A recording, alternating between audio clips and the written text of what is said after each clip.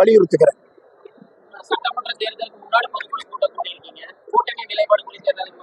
அதான் இது எங்களுடைய பொதுக்குழுவை பொறுத்தவரை 3 ஆண்டுகளுக்கு ஒரு முறை.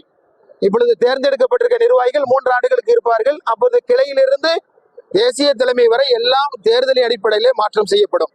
அது மாதிரியான 3 ஆண்டுகளுக்கு ஒரு முறை தேர்தலுக்காக வேண்டி, அதாவது உள்கட்சி தேர்தலுக்காக வேண்டிதான் இந்த பொதுக்குழு கூட்டப்பட்டிருக்கிறது.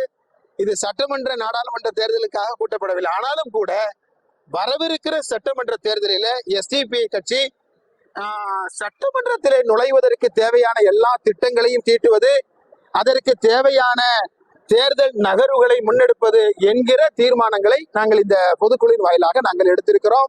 2026 தமிழ்நாட்டில் இருந்து எஸ்டிபி கட்சியினுடைய சட்டமன்ற உறுப்பினர்கள் சட்டமன்றத்திற்குள் நுழைகிற ஒரு சட்டமன்றமாக இருக்கும் என்கிற வகையிலான தீர்மானங்களை, இந்த திட்டங்களை நாங்கள் இந்த பொதுக்குழுவிலே நாங்கள் நிறைவேற்றியிருக்கிறோம்.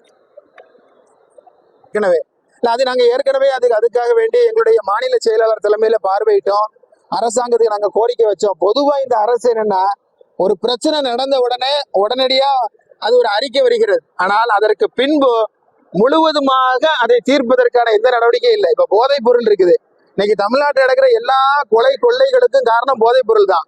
போதையில்லா தமிழகம் உருவாக்க வேண்டும்னு முதல்வர் டிவியில பேசுறாரு. ஆனால் ஃபீல்டுல போய் களத்துல போய் பார்த்தா போதைப் பொருள் வீட்டுக்கு வீடு, வெளிநாட்டுல கிடைக்கிற கோகைன் போன்ற பொருள் கூட சாக்லேட் வடிவில பள்ளி கல்லூரி வாசல்ல கிடைக்குது.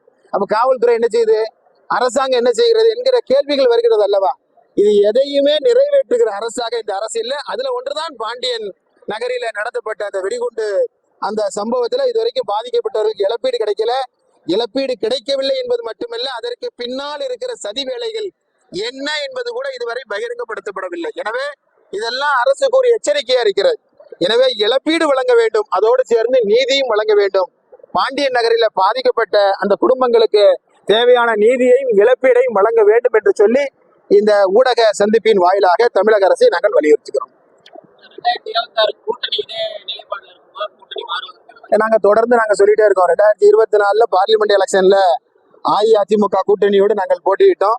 அதே போல வரவிருக்கிற 2026 தேர்தலையும் எஸ்டிபி கட்சி அஇஅதிமுக கூட்டணியில போட்டியிட வேண்டும். அதோடு சேர்ந்து வெற்றிக்கான எல்லா திட்டமிடலையும் செயல்படுத்த வேண்டும் என்று சொல்லி வழிகாட்டுதலை வழங்கியிருக்கிறோம்.